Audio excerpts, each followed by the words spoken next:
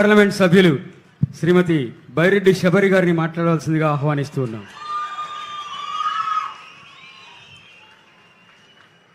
పెద్దలు, గౌరవనీయులు, మన రాష్ట్ర ముఖ్యమంత్రి వర్యులు నారా చంద్రబాబు నాయుడు గారికి స్వాగతం పలుకుతూ, వేదికపై ఉన్న మన ఎమ్మెల్యే గారు చరితమ్మ గారు, అట్లాగే మంత్రివర్యులు ఫారూక్ గారు, నారాయణ గారు, భారత్ అన్న గారు, అలాగే బీసీ జనార్దన్ అన్న గారు, కలెక్టర్లు, పట్టాభన్నకు ప్రతి ఒక్కరికి పేరు పేరున నమస్కారాలు తెలియజేసుకుంటూ,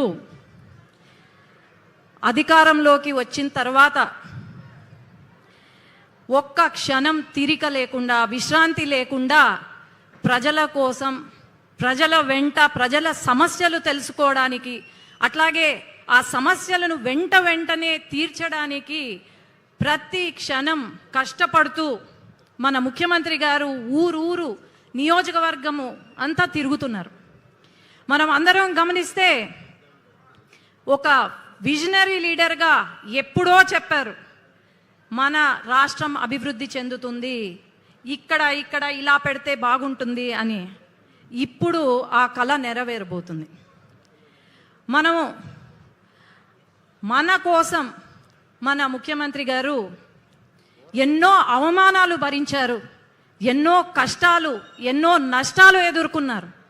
మన అందరితో పాటు ఆయన కూడా మన వెంట ఉన్నారు. కానీ ఒక్కటి గమనించండి, 5 సంవత్సరాలు పట్టింది జగన్మోహన్ రెడ్డి గారికి పెన్షన్లు 1000 రూపాయలు పెంచడానికి.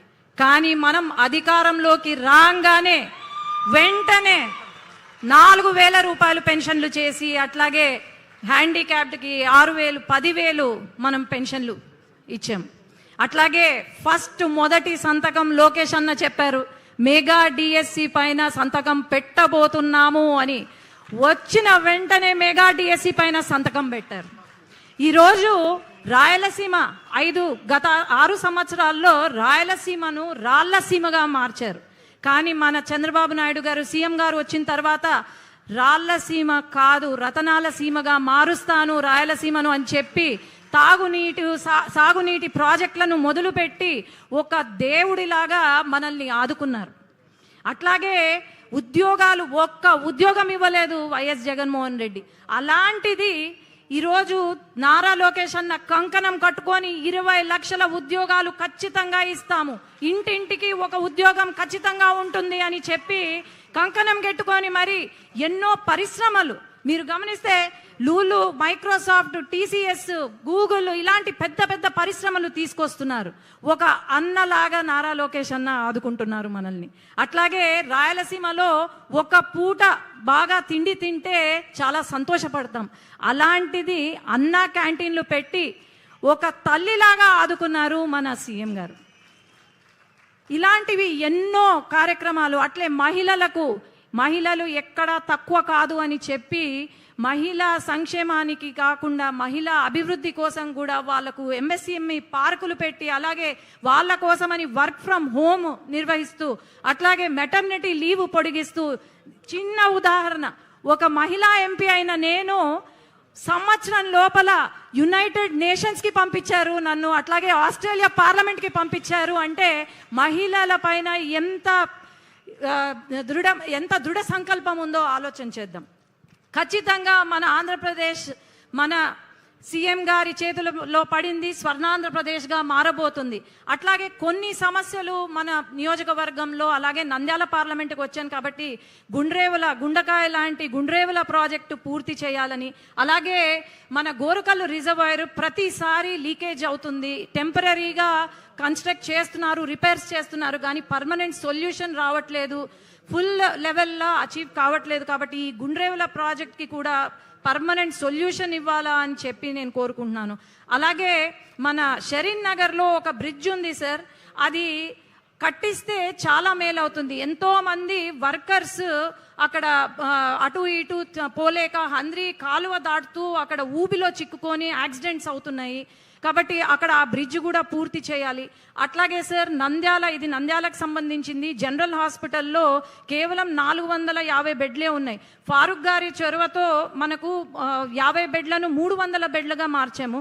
కానీ చాలా ఇబ్బంది పడిపోతున్నారు. దాన్ని సూపర్ స్పెషాలిటీ బ్లాక్ అట్లాగే ఇప్పుడున్న హాస్పిటల్ని మనము మన మెడికల్ కాలేజ్ క్యాంపస్లో షిఫ్ట్ చేస్తే చాలా బాగుంటుంది సార్. అట్లాగే పాణ్యంలో సార్ ఒక చిన్న రిక్వెస్ట్ సార్, ఇక్కడ ఉన్న కార్యకర్తలు ఎవరైతే ఉన్నారో దీంట్లో 10 మందిలో ఒకరు వాళ్ళ ప్రాపర్టీస్ కబ్జాకి గురైనాయి సార్.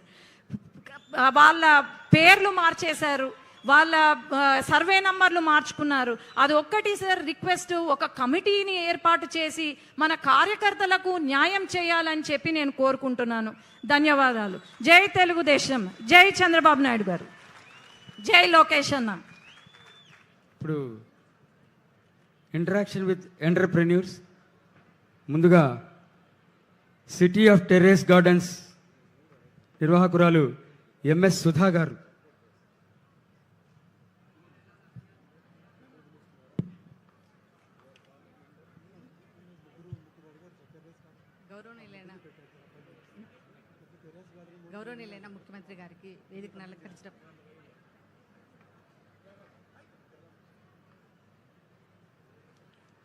గౌరవనీయులైన ముఖ్యమంత్రి గారికి వేదికను అలంకరించిన పెద్దలందరికీ నమస్కారములు. సార్, మనం ఏదైతే పండించుకుంటామో దాన్నే తినాలనే ఒక కాన్సెప్ట్ తోటి మేము మిద్దె తోటలపైన మేము సేంద్రియ పద్ధతుల్లో అన్ని పండిస్తున్నాము. సేంద్రియ పద్ధతుల ద్వారా పండిస్తున్నాము. Zero wastage, zero cost. ఏదినూ మనకు కొనాల్సిన అవసరం లేదు సార్. మన దగ్గర ఉన్న థర్మాకోల్ బాక్సెస్, వుడెన్ బాక్సెస్, గాజు సీసాలు, ఇటువంటి దానితోటి మనం పండిస్తాము. దీనిలో మనం ప్రతి ఇంట్లోనూ చెత్త వస్తుంది. ఆ చెత్త, తడి చెత్త, పొడి చెత్త అనేది మనకు సమస్య కాదు సార్. దాని నుంచి మేము తడి చెత్తను తీసుకొని మేము దాన్ని వనరు లెక్క మార్చాము. సమస్య నుంచి మేము వనరు లెక్క మార్చుకొని దానిని మేము ఈ చెట్లకు ఇచ్చేసి ఆరోగ్యవంతమైన పంటను తీసుకుంటా ఉన్నాము. అంతేకాకుండా దీన్ని ఫస్ట్ 30 మంది సభ్యులతో మొదలుపెట్టాం సార్. అది ఈరోజు మన దేశవ్యాప్తంగా 70,000 మంది దీంట్లో ఉన్నారు సభ్యులుగా.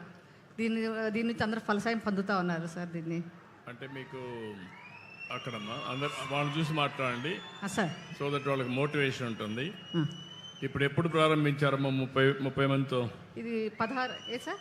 ఎప్పుడు ప్రారంభం? 2019 సార్. 19లో స్టార్ట్ చేశారు. అవును సార్. ఇప్పుడు 70,000 మంది అయ్యారు. 70,000 మంది అయినారు సార్ దేశవ్యాప్తంగా. అంటే పొడి చెత్త, తడి చెత్తని కాంపోస్ట్ గా తయారు చేస్తున్నారు. ఇంట్లో గార్డెన్ కి వాడుకుంటున్నారు. అవును సార్, గార్డెన్ కి. 70,000 మంది ఎన్ని ఏరియాల్లో ఉన్నారు, ఎక్కడెక్కడ ఉన్నారు? మొత్తం సార్ దేశవ్యాప్తంగా ఉన్నారు. ఎన్ఆర్ఐస్ ఉన్నారు. మనకి మన ఆంధ్రప్రదేశ్లోనే 25,000 మంది ఉన్నారు సార్. ఎట్లా మోటివేట్ చేస్తున్నారు మీరు?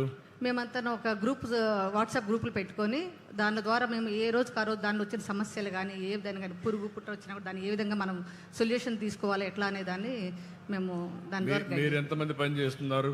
మీ ఎన్జిఓ ఎంతమంది పని చేస్తున్నారు మీరు? మేము 100 మంది అడ్మిన్స్ సార్. చాలా మంది అంతా వాలంటీర్స్, 100 మంది వాలంటీర్స్ సార్.